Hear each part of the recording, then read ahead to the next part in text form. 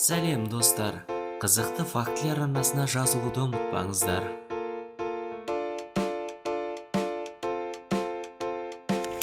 Топ 10. Қазақстандағы ең танымал әртістер. Нұрлан Сегізбаев, актер, сценарист. Менің атым Қожа фильмдегі басты кейіпкер Сотқар Балақайды сомдаған. Ол кезде актердің жасы 11-12 шамасында болса, қазір 70-ке таяды.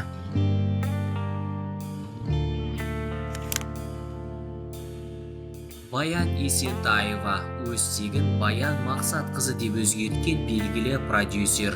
Сондай-ақ ол тележүргізуші һәм әнші, актриса. Махаббат бекеті фильмі арқылы бейнесі көрерменге кеңінен танылды. Өзі де бірнеше фильмдер түсірген.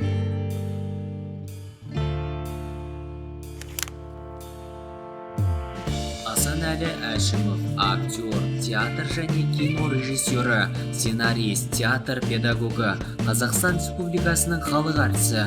Ол сомдаған рөлдегі фильмдерді халық сүйіп көреді. Асанәлі Әшімовтың жасы бүгінде 80-ге толып отыр. Гүлнара Дусматова, Совет үкіметінің және Қазақстанның кино актрисасы, Қазақстан Республикасының халық әртісі. 2011 жылы қоғам қайраткері атағына қол жеткізді. Қазір Гүлнара Дусматованың жасы 50-ден асты. Фархат Абдраимов, қазақ фильмдегі көрермен көңілінен шығып жүрген ауыр салмақтағы актер. Қазір жасы 51-де, 20-дан астам фильмдерге түскен. Досқан Жолжақсынов, актер, режиссер, продюсер. Карьерасы 1972 жылдан бастау алады. Қазір Досқан Жолжақсыновтың жасы 65-те. Дінмұхаммед Ахимов, көпке Димаш Ахимов есіммен танылған советтік және қазақтың кино актері, Қазақ СССР еңбек сіңірген әртісі, құрмет, парасат ордендерінің иегері, СССР кинематографтар одағының мүшесі. Қазір жасы 70-те.